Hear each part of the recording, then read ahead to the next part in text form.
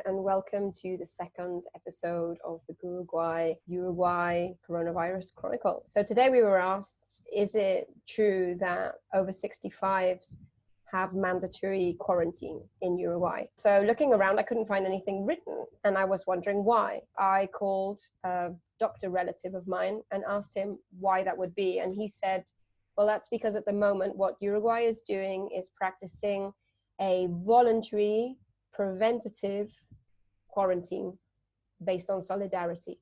So what that means is you need to stay at home and you can only go out for essentials. If you are 65, then you are in a higher risk group. So what the government is saying at the moment is that you really must stay at home. It's because you are more vulnerable to the virus. That is why they are saying that over 65s must adhere to quarantine.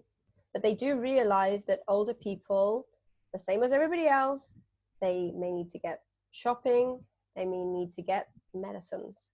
And so what they have recommended, again, there's no obligation, but if you look around, you'll see in general it's being adhered to, that over 65s should be able to go shopping and to pharmacies between 8:30 in the morning and 10, and that the rest of the population should stay away at those times. In my neighborhood, when I went out today to do the necessary essentials that I needed as a representative of my family, that people were practicing social distancing very, very carefully, that the shops and the streets were empty. So until now, and things may change, but what Uruguay has been mandating is a voluntary preventive quarantine based on solidarity. Solidarity and the importance of the collective have always been important values in Uruguay.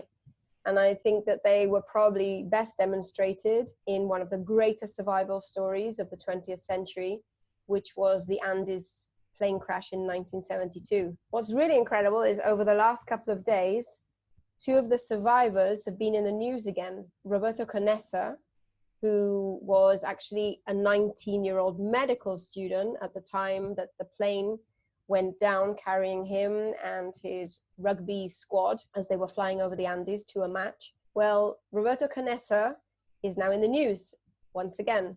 This morning, I got a message from Patricia, who's a Uruguayan who lives in Edinburgh. She actually attended the same school as Canessa, and so she's kind of his contemporary, and she told me, I'll read it. She said, Roberto Canessa, survival of the Andes tragedy in 1972, renowned pediatric cardiologist and my all-time hero, has just invented a simple ventilator that uses only basic parts that can be sourced in Uruguay. In particular, the motors used are those that power windscreen wipers. And she ends, I could cry.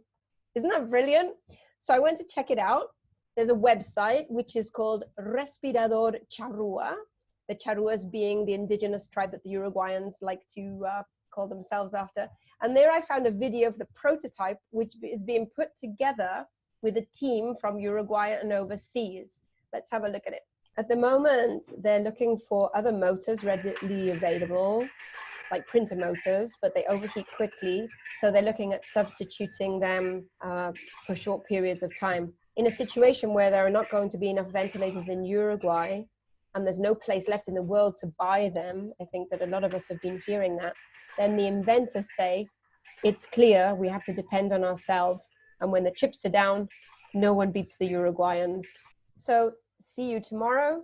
Hope that this has been helpful to you. And we look forward to hearing any comments on Discover Uruguay. That's our Facebook group. Take care now and see you tomorrow.